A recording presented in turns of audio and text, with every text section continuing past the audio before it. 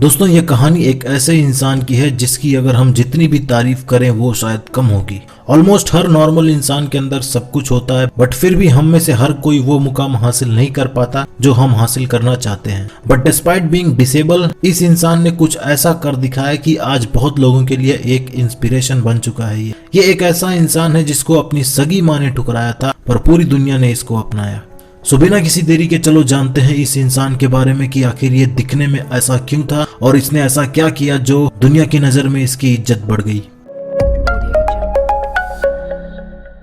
दोस्तों इस इंसान का नाम है स्क्लिट्जी और ये अमेरिका का एक फेमस सर्कस परफॉर्मर था। लोगों को हंसा हंसा के कई लोगों के चेहरे पर इसने मुस्कान दिया, बट ऑलमोस्ट हर किसी ने इसकी स्माइल इससे छीनना चाहिए। पूरी जिंदगी इसने सर्कस में काम किया और सर्कस के हुनर को देखकर इसको कई सारे फिल्म में भी काम करने का मौका मिला।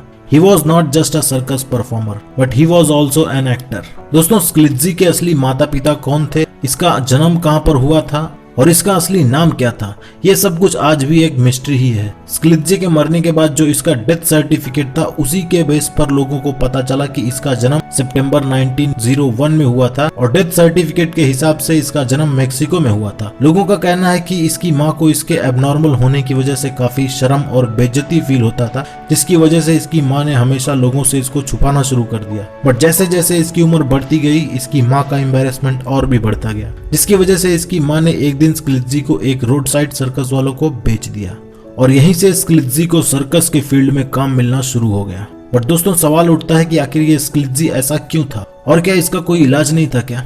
वेल दोस्तों एक्चुअली में ये एक जेनेटिक बीमारी है जो कि इसको माँ के पेट से ही मिली थी। इस तरह की कंडीशन को माइक्रोसिफेली कहा जाता है। ये एक न्यूरो डेवलपमेंट डिसऑर्डर है। इस कंडीशन में इंसान का ब्रेन एक नॉर्मल ब्रेन की तरह काम नहीं करता। इस कंडीशन में ब्रेन बिल्कुल छोटा हो जाता है एंड स्कल भी एकदम छोटा हो जाता है और यही बीमारी स्क्लिट्जी को थी। This was not just quite enough, इसको मायोपिया भी था। मायोपिया एक ऐसी कंडीशन है जिसमें पास की चीजें सही से दिखती है और दूर की चीजें एकदम धुंधली दिखती हैं, यानी इसको दूर की चीजें देखने में काफी प्रॉब्लम होती थी। स्क्लिट्जी की इस कंडीशन की वजह से इसका ब्रेन बिल्कुल 3 साल के बच्चे जैसा था। एज में भले ही ये बड़ा हो गया था बट दिमाग से ये एक छोटे बच्चे जैसी हरकतें करता था। ये ना अच्छे से बोल पाता था और ना ही अच्छे से देख पाता था, बट लोगों की कुछ बातों को ये जरूर समझ लेता था और इसकी नासमझी ही इसको लोगों के बीच में फेमस कर गई, क्योंकि इसको क्रिटिसिज्म, डर एंड जजमेंट को समझने की समझ ही नहीं थी। इसलिए बिंदास जो दिल में आता था ये करता जाता था। इसकी आधे से ज्यादा जिंदगी सर्कस शोज में काम करने में गुजरी। स्क्लिट्जी के जैसे और भी लोग थे जो मेंटली चैलेंज थे और कई सारे सर्कस शोज के लोग इन मेंटली चैलेंज लोगों को अपने शो में फीचर कराते थे, जिसमें स्क्लिट्जी भी होता था। Basically most of the time स्क्लिट्जी शोज में एक लेडी का कैरेक्टर प्ले करता था। हमेशा इसको लड़कियों के ही कपड़े दिए जाते थे, बट इसको लड़का और लड़की का फर्क ही नहीं पता था।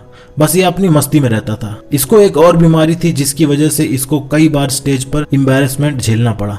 एक्चुअली इसको कभी भी पेशाब हो जाता था जो कि इसके कंट्रोल में नहीं था। जैसे 1-2 साल के बच्चे कर देते हैं वैसे ही इसको भी हो जाता था, जिस वजह से इसको जो केयर टेकर थे इसके वो लोग इसको डायपर पहना कर रखते थे। 1920 से लेकर 1930 के बीच में इसको दर्जनों शोज में काम करने का मौका मिला और फाइनली उसके बाद इसको फिल्म में ऑफर मिलना शुरू हो गया और 1928 में इसने अपनी पहली फिल्म द साइड शो इसमें डेब्यू किया। ये फिल्म बिल्कुल ऐसे ही रोड साइड सर्कस वालों पर बेस्ड थी। 1932 में एक हॉरर फिल्म आई थी जिसका नाम था द फ्रीक्स। इस फिल्म में स्क्लिट्जी का परफॉर्मेंस काबिले तारीफ था। स्क्लिट्जी के साथ साथ और कई डिसेबल लोग भी थे इस मूवी में और ये 2 डिसेबल लेडीज थी जो कि बिल्कुल इसके जैसी ही थी। इस फ्रीक्स मूवी ने तो ज्यादा कमाल नहीं मचाया बट स्टिल डायरेक्टर्स लोगों को स्क्लिट्जी का काम पसंद आया एंड स्क्लिट्जी ने फ्रीक्स मूवी के बाद भी कई सारी मूवीज में काम किया और 1935 में एक शो में परफॉर्म करते वक्त एक चिंपैंजी ट्रेनर ने स्क्लिट्जी को अडॉप्ट कर लिया। यही है वो जेंटलमैन जॉर्ज सूर्टिस।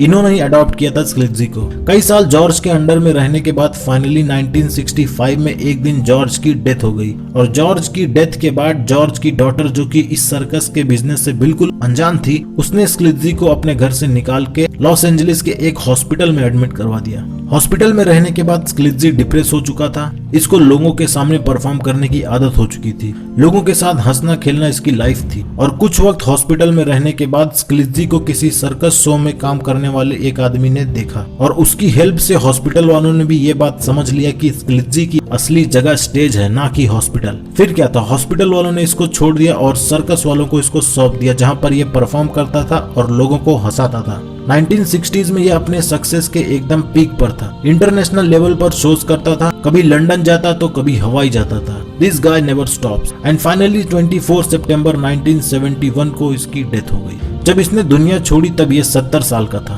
दोस्तों स्क्लित्ज़ी की कहानी बहुत ही इमोशनल है। हम जिसे सक्सेस समझते हैं उसका एस भी इसको पता नहीं था। इसको बस मजा आता था शोज करने में, ना इसके अंदर डर था ना ही शर्म थी। इसको सही और गलत क्या है ये वर्ड्स दूर दूर तक पता ही नहीं थे। इसकी डेथ के बाद इसके ऊपर कई सारे शोज बने, कई सारी नॉवेल्स लिखी गई, कई सारे कॉमिक कैरेक्टर्स प्ले किए गए। इवन आफ्टर हिज डेथ ये बहुत लोगों के लिए एक इंस्पिरेशन बन के गया है। तो दोस्तों जिंदगी अगर किसी से कुछ छीन लेती है तो बदले में उसको कुछ दे भी देती है। हम अपनी नजर से देख सकते हैं जिसमें हम समझते हैं कि इसको काफी दुख मिला होगा, बट ऐसा बिल्कुल नहीं है। सारा दुख दर्द यहाँ होता है, माइंड में, हमारे दिमाग में।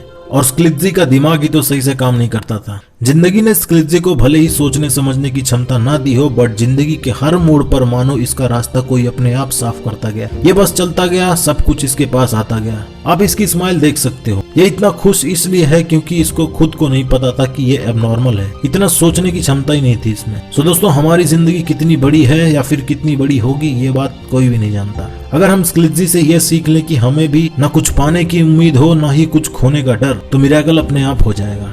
सो दोस्तों मोरल ऑफ द स्टोरी ये है कि वो करो जो आपको करने में मजा आता हो। अगर जिस दिन आपने वो काम ढूंढ लिया जिसमें आपको मजा आता है, तब वो काम नहीं रह जाएगा बल्कि एक फन हो जाएगा, एक मोटिवेशन हो जाएगा। जब एक ऐसा बंदा जिसके पास ना नॉर्मल दिमाग हो ना ही नॉर्मल बॉडी, जब ये इंसान लोगों के लिए एक इंस्पिरेशन बन सकता है तो आप क्यों नहीं बॉस। लास्ट में एक ही लाइन बोलूंगा मेरे भाई, कभी भी किसी की डिसेबिलिटी का मजाक मत बनाना। कोई जानबूझकर अपने आप को डिसेबल नहीं करता। जिसको रब ने जो दे दिया है और जिससे रब ने जो छीन लिया है, सब कुछ उसी के हाथ में है। तो घमंड किस बात का है कि मुझे ज्यादा मिला और तुझे कम मिला। तो चलो दोस्तों इस वीडियो में बस इतना ही। उम्मीद है कि ये वीडियो आपको इंस्पायर करी रहेगी और इस वीडियो में से अगर आपको कुछ भी अच्छा लगा हो तो अपनी जिंदगी में वो चीज अप्लाई करना जरूर। तो मिलते हैं नेक्स्ट वीडियो में, तब तक के लिए bye bye, tata, take care.